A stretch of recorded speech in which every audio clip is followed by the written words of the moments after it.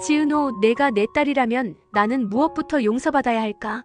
라는 고성희의 속내가 한순간 입술까지 올라왔는데요. 그 말이 공기 중으로 흩어지기 직전에 고성희는 미소로 봉합해버렸습니다. 그 미소 하나 때문에 지은호는 다시 한번 고개를 끄덕였고, 박성재는 이유 모를 불안감에 두 주먹을 말아쥐었고, 이지혁은 가슴 한복판에서 딱 하고 무언가 부러지는 소리를 들은 듯 했었습니다. 그렇게 네 사람의 거리는 다시 정확히 한 발씩 멀어졌는데요. 그 한 발이 모두에게 가장 잔혹한 거리였다는 걸 각자는 아직 몰랐습니다. 이지혁은 회사를 떠난 뒤 한동안 공허했는데요. 비혼주의라는 자기 선언이 과연 자유였는지 아니면 고집의 다른 이름이었는지 스스로 헷갈리기 시작했었습니다. 이상철이 정년퇴직 뒤 새 일자리를 못 구하며 말수가 줄어들자 이지혁은 더 이상 손 놓고 있을 수가 없었습니다. 그래서 결국 마음속에만 적어두었던 계획을 꺼내는데요. 집수리와 인테리어 컨설팅을 묶은 주거 솔루션 프로젝트, 이름하여 맘대로 집이었습니다. 지은호에게 먼저 연락했을 때 이지혁은 최대한 담담하게 말했었습니다. 은호야, 내가 현장 조율 잘하잖아. 코디네이터로 같이 하자. 지은호는 그 말만으로도 하루가 환해졌는데요. 과거의 고백이 거절로 끝났던 기억 때문에 겉으로는 조심스럽게 대답했습니다. 네, 선배. 일로만 만나는 거예요. 알죠? 이지혁은 고개를 끄덕였지만 목소리는 어딘가 깊숙이 눌려 있었더라고요. 그래, 일로만. 박성재는 뒤늦게 이 소식을 듣고 웃으며 축하했는데요. 그 웃음 안쪽에는 작은 비상벨 같은 게 계속 울리고 있었습니다. 성재는 일이 커지면 투자도 생각해보자라고 가볍게 말했지만 속으로는 더 분명하게 다짐했었습니다. 지은호를 지키겠다고요. 다만 이번에는 서두르지 않겠다고요. 10년 넘게 쌓인 호흡이 있으니 조급할 이유가 없다고 스스로를 설득했는데요. 그 설득은 오래가지 못할 불씨였다는 걸 성재도 알았을 겁니다. 그 무렵 고성희는 조용히 움직였는데요. 재단 건물 리노베이션과 VIP 라운지 프로젝트를 통째로 맘대로 집 팀에게 맡겼습니다. 겉으로는 젊은 감각이 필요하다는 말로 정리를 했지만 실은 다른 이유가 더 컸습니다. 지은호를 시험하고 확인하고 곁에 묶어두기 위한 선택이었거든요. 고성희는 지은호를 부를 때마다 깍듯한 호칭을 붙였습니다. 지은호 씨, 이번 동선 제안은 실용적이네요. 다만 예산 조정을 조금 더 타이트하게 해볼까요? 말투는 매끄럽고 격식 있었는데요. 그 격식 틈 사이로 아주 가늘게 미안함과 그리움이 스며 있었습니다.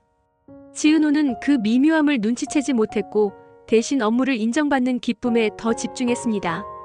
박진석은 보고를 들으며 푸근하게 웃었는데요. 일은 속도가 생명이야. 성혜 씨, 젊은 친구들 잘 쓴 것 같네. 그러고는 아들 박성재에게 툭 던졌습니다. 내가 말한 그 은호라는 친구, 일 잘하더라. 눈여겨봐. 이 말이 성재의 심장을 한번 조였는데요. 아버지의 칭찬은 달콤했지만 그 칭찬이 향하는 시선이 지은호와 회사 그리고 집안의 권력 동선으로 이어질 수 있다는 걸 성재는 누구보다 잘 알고 있었습니다. 첫 번째 위기는 아주 작은 말실수에서 시작됐습니다. 현장 회의에서 하도 빠듯한 일정이 겹치다 보니 지은호가 불쑥 이런 말을 했거든요. 제가 어릴 때부터 집안일로 단련돼서요. 버티는 건 자신 있어요. 사람들 사이에선 그냥 근성 있는 농담처럼 흘렀는데요. 그 순간 고성희의 눈빛이 아주 잠깐 흔들렸습니다. 어릴 때부터의 집안일이라는 단어가 고성희의 오래된 기억을 건드렸습니다. 벽지 냄새, 젖은 수건, 어린 손등에 굳은 살. 그 모든 게 지은호의 얼굴 위에 겹쳐졌는데요. 고성희는 바로 고개를 숙여 메모를 적는 척하며 감정을 숨겼습니다. 회의 뒤 고성희는 별일 아니었다는 듯 덧붙였습니다. 지은호 씨, 오늘 수고 많았어요.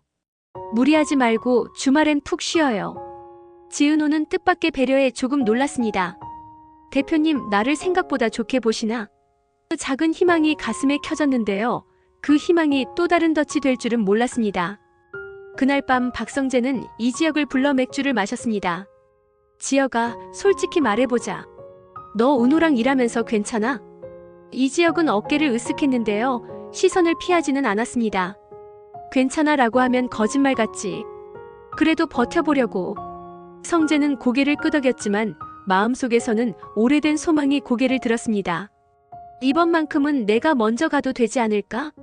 성재는 다음 날 맘대로 집에 소규모 파일럿 투자를 제안했습니다.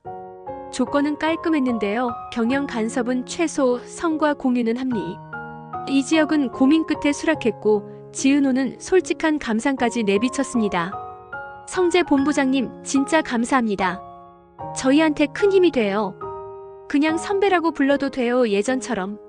성재가 그렇게 말했는데요. 그 말 끝에 작은 떨림이 묻어 있었고 지은호는 그 떨림을 모르는 척 미소만 지었습니다. 나 누구한테 어떤 얼굴을 보여주고 있는 거지? 며칠 뒤 고성이는 우연을 가장해 정순이의 식당을 찾았습니다. 실제로는 아주 치밀한 계산이 깔려 있었는데요. 메뉴판을 들여다보는 척하다가 한숨을 쉬고 아주 자연스럽게 말을 붙였습니다. 사장님, 여기 된장찌개 정말 진하네요. 오랜 손맛이 느껴져요. 정순이는 웃으며 대답했습니다. 우리 딸이 좋아해서요. 딸 좋다는 말이 제일 힘이 되죠. 딸. 그 단어에 고성이는 젓가락을 잠깐 멈췄는데요. 바로 미소로 덮었습니다. 따님이 효녀인가 봐요. 네, 지은호라고 뭐 그런 애가 있답니다.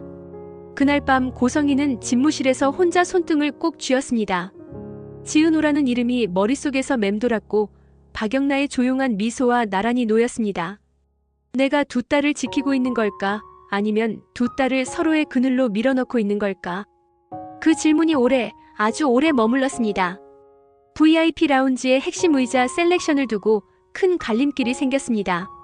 지은호는 고객 동선과 체류 시간을 고려하면 편안함이 우선이라며 패브릭 라인을 추천했고 고성이는 위상과 내구성을 고려하면 가죽이 맞다라고 정리했습니다.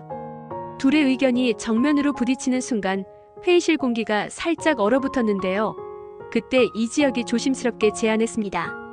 동선 앞 구간은 패브릭, 안쪽 프라이빗 구간은 가죽으로 나누면 어떨까요?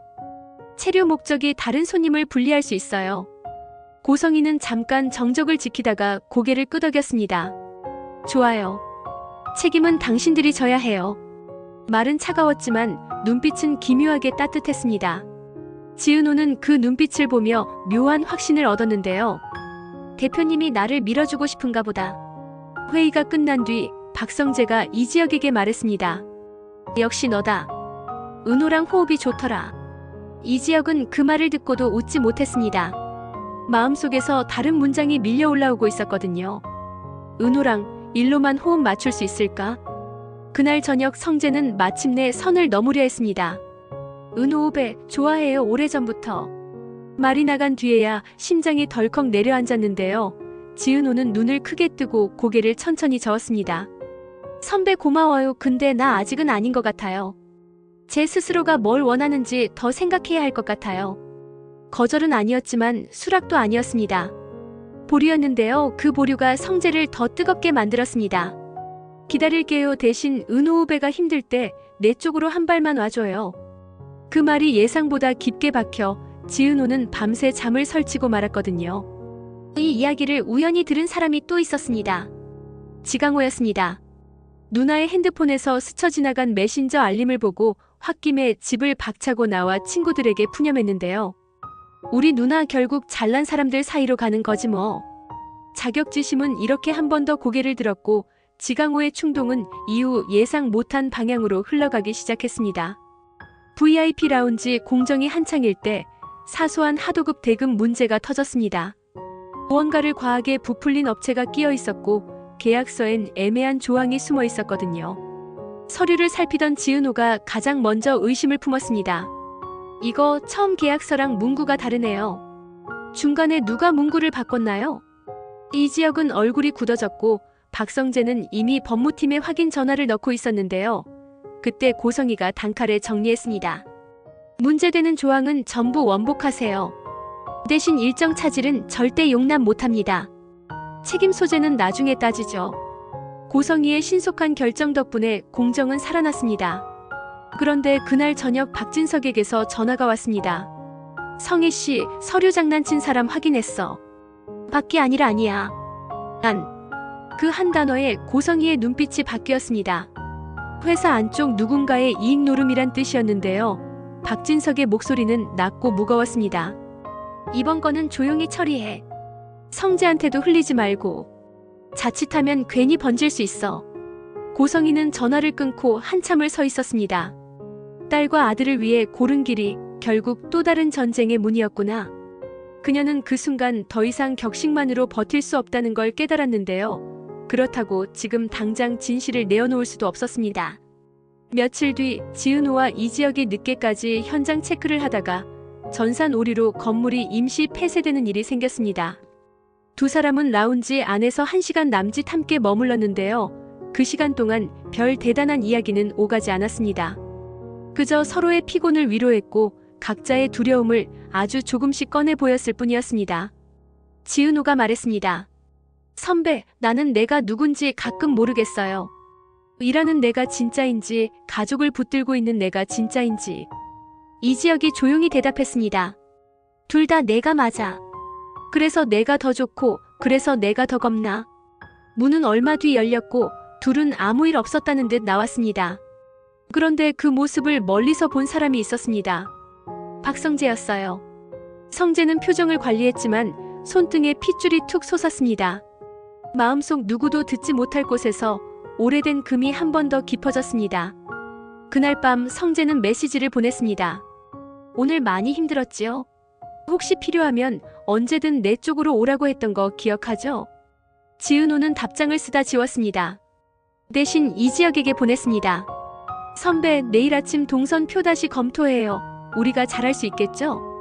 이지혁의 답장은 짧았습니다. 응. 우리 잘할 거야. 프로젝트 공개 리허설 날 모든 것이 정확히 돌아가야 했습니다. 초청장, 동선, VIP 시연. 하나라도 실수하면 그간의 노력이 물거품이 될 수 있었는데요. 리허설을 불과 1시간 앞두고 전기 제어 모듈이 먹통이 되는 사고가 났습니다. 모두가 우왕좌왕할 때 지은호가 빠르게 임시 배선을 제안했고 이지혁이 기술팀과 손발을 맞추며 동선을 조정했습니다. 현장이 가까스로 살아나자 고성이가 아주 낮은 목소리로 말했습니다. 지은호 씨, 고맙습니다. 그 말 한마디에 지은호의 눈이 잠깐 흔들렸습니다. 대표님, 왜 하필 지금이죠? 이렇게 고맙다고 하시면 제가 더 흔들리잖아요. 리허설은 성공적이었습니다. 박진석이 박수를 치며 말했죠. 이 정도면 본 행사도 문제 없겠네. 수고했어, 다들. 그때 한 통의 익명 메일이 여러 사람에게 동시에 날아들었습니다. 하도급 비리와 VIP 라운지 로고 입찰 담합 의혹을 폭로하는 내용이었는데요. 명단에는 내부 직원 둘의 이름이 적혀 있었습니다. 그중 하나는 박영나의 측근 디자이너였고 다른 하나는 회계팀의 신입이었습니다. 이름들을 확인한 순간 이지환이 표정 없이 자리를 떠났고 박영나는 말없이 물을 마신 뒤 컵을 내려놓았습니다.